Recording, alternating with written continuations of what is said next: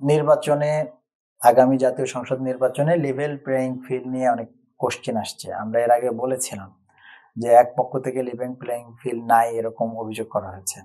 তারপরে আজকে নির্বাচন কমিশনে আপিল বিভাগের প্রথম দিন ছিল।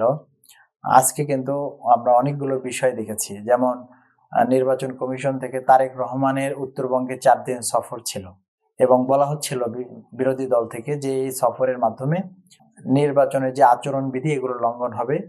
বিএনপি থেকে বলা হচ্ছিল যে না, লঙ্ঘন হবে না, কিন্তু আজকে ঘোষণা করা হয়েছে যে নির্বাচন কমিশনের অনুরোধে এই সফর বাতিল করেছেন।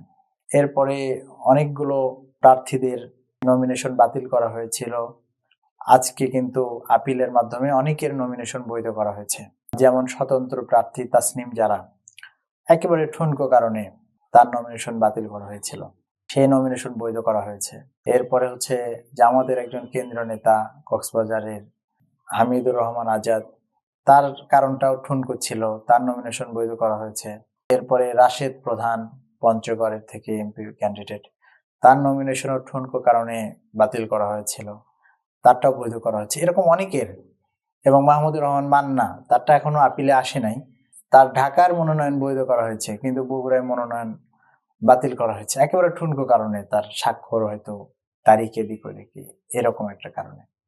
তো এরকম একটা ঠুনকো কারণে করার ফলে পর্যায়ে কিন্তু নির্বাচন কমিশনের নিরপেক্ষতা নিয়ে একটা প্রশ্ন তৈরি হয়েছিল। এখন ইসি কিন্তু চেষ্টা করছে যে নির্বাচনের মাঠে সবাইকে নিয়ে আসার জন্য।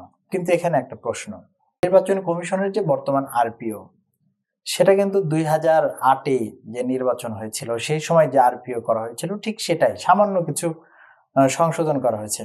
কিন্তু সেই আরপিও অনেক ভালো দিক ছিল, কিন্তু অনেকগুলো দিক ছিল যেগুলো একবারে মানুষকে, মানে বাংলাদেশের জনগণকে বিরাজনীতিকরণের দিকে নিয়ে যায়। এরকম যেমন মনে করেন যে একজন স্বতন্ত্র প্রার্থী যদি ইলেকশন করতে চায়, তাকে 1% ওই ভোটারের স্বাক্ষর নিতে হয়। এটা কিন্তু অবাস্তব একটা ব্যাপার। তাকে কেন নিতে হবে? এটা হচ্ছে যে স্বতন্ত্র প্রার্থী যাতে বেশি নির্বাচনে না দাঁড়ায়, এইটা কিন্তু সংশোধন করা দরকার ছিল, এই নির্বাচন কমিশন সেটা করে নাই। এরকম কিছু বিষয় আছে, এবং একেবারে ঠুনকো কারণে মনোনয়ন বাতিল করা। অনেক বছর পরে নির্বাচনে একটা আমেজ তৈরি হয়েছে, এই সময় যদি আপনি ঠুনকো কারণে মনোনয়ন বাতিল করেন, যেটা সংশোধন করা যায় 1-2 ঘন্টার মধ্যে, সেটাকে যদি আপনি বাতিল করেন, তাহলে তো মানুষ তো হতাশ হবে, নির্বাচন থেকে মানুষ মুখ ফিরিয়ে নেবে। আর একটা জিনিস, নির্বাচন নিয়ে কিন্তু প্রশাসনের তেমন কোনো প্রচার নাই, বিশেষ করে গণভোট নিয়ে প্রচার নাই। এরপরে পোস্টাল ব্যালট নিয়ে খুব ভালো প্রচার নেই। আমরা একটা পত্রিকায় দেখলাম যে জামালপুরের 70% প্রবাসী, তারা নিবন্ধন সম্পর্কে জানতোই না, ফলে তারা নিবন্ধন করতে পারে নাই। এরকম অনেকে নিবন্ধন করতে পারে নাই পোস্টাল ব্যালটে। যারা নির্বাচন ভোট গ্রহণ করবেন, বড় একটা অংশ কর্মকর্তা, অনেকে প্রশ্ন করছেন যে তাদের তো কোনো ওখানে অপশন দেওয়া নাই, বা কারা কারা সেখানে ভোট গ্রহণে জড়িত থাকবেন এটা এখনো কেউ কনফার্ম না। তারা আসলে ভোট দিতে পারবেন কিনা, ভোট দিতে পারলে সেটা ইসি আবার সুযোগ দেবে কিনা, এই সম্পর্কে কিন্তু কোনো তথ্য নির্বাচন কমিশন থেকে দেওয়া হয় নাই। এটা নিয়েও একটা শঙ্কা তৈরি হয়েছে। এই শঙ্কাগুলো আসলে নির্বাচন কমিশন কাটাতে পারবে কিনা আমরা সেটা দেখতে চাই।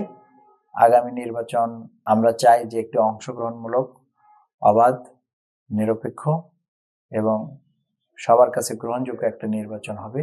সে আশাবাদ ব্যক্ত রেখে সবাইকে ধন্যবাদ জানিয়ে শেষ করছি। ধন্যবাদ সবাইকে।